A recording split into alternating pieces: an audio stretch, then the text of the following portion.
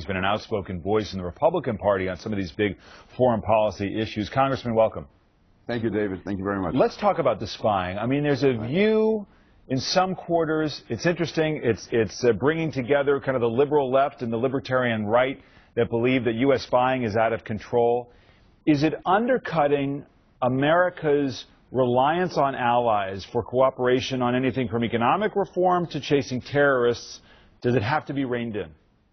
No, first of all, David, I think the president should stop apologizing, stop being defensive. The reality is the NSA has saved thousands of lives, not just in the United States, but also in France and Germany and throughout Europe. And, the French are some ones to talk. I mean, the fact is they've carried out spying operations against the United States, both the government and industry. As far as Germany, that's where the Hamburg plot began, which led to 9/11. They've had dealings with Iran and Iraq, North Korea, the French and the Germans and other European countries. And we're not doing this for the fun of it. This is to gather valuable intelligence, which helps not just us, but also helps the Europeans. But it's deep. Yeah. I mean, we were apparently bugging Angela Merkel's phone from the time that she was an opposition leader in Germany back in 2002. Again, I understand why this is done. I cover these issues, but I think a lot of people who are watching this right now are thinking, what is it we're doing? You mentioned the Hamburg plot. I mean, we share intelligence with Germany. They're allies in this fight, not someone to be looked at so skeptically. Oh, first of all, we do share intelligence, and we've saved many lives in Germany because of the intelligence we've given them. And we're not doing this to hurt Germany, but the fact is there can be information that's being transmitted that can be useful to us and then ultimately useful to Germany. So I think that, again, this is out there. Snowden put it out there, and it bothers the hell out of me. The people in my own party, such as Rand Paul, Justin Amash, people on the left, also coming together, and somehow they try to exalt Snowden. This guy is causing tremendous damage to the country, and again, we shouldn't be on defense. And I think the president, quite frankly, the NSA has done so much for our country and so much to help this president in his term. He should be out there. He's the commander-in-chief. He should stand with NSA. He should go out and visit Fort Meade and be there with General Alexander and the troops there. Why don't we have a bigger debate then in Congress? I mean, we really haven't had a debate in Congress since 2001 to say, what's appropriate use of executive power? What's appropriate, spying that goes on? Drones came up big this week and the collateral damage from drones. What are the powers that a president should have to fight terrorism? It seems like Congress doesn't really want to have that debate because they're afraid to do it because they don't want to look weak. Finally, some are saying, let's push the debate out into the open.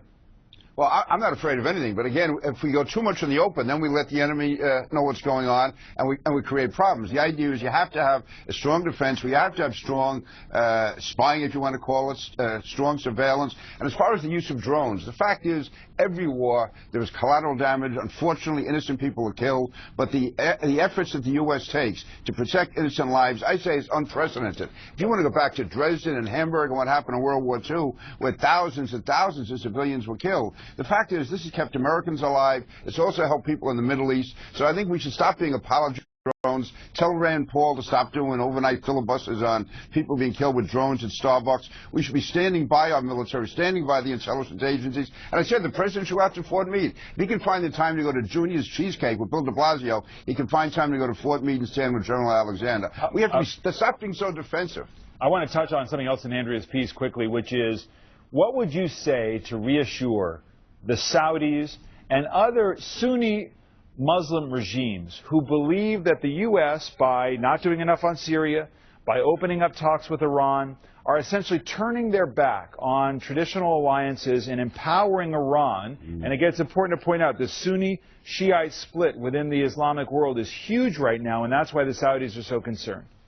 Well, words and consequences of actions. When the president has apologized during 2009, the way he was treating Israel in 2009 and 2010, and now is a terrible policy on Syria where he vacillated back and forth. He led the allies in one direction, went in another. Listen, I'm not an apologist for the Saudis, but I understand why they are very distrustful of the president right now. I can understand why Israel is very distrustful. Again, I think he's got to be firm. He's got to be consistent. What he did in Syria was indefensible. unacceptable because it sends so many mixed signals and caused people to lose faith in our country, which should be the wrong thing, because we are still a pillar of strength in the country. But the president, again, is too apologetic, and by someone's going overboard toward Iran and sort of dismissing Israel, just sort of leaving the Saudis out there, and again being so inconsistent. I think we're going to look back on Syria. The mixed signals he sent on Syria over that 2, 3, 4 week period is going to have lasting damage. All right. They would argue, the president would and others, if in the end the Syrian regime is defanged of its chemical weapons, if there's success in the end without using military force, that should be deemed as a success. That debate will continue, but I'm out of time for now. Congressman, good to have you as always. We'll do that again. Right. Okay. Thank you, Dave. Coming up next.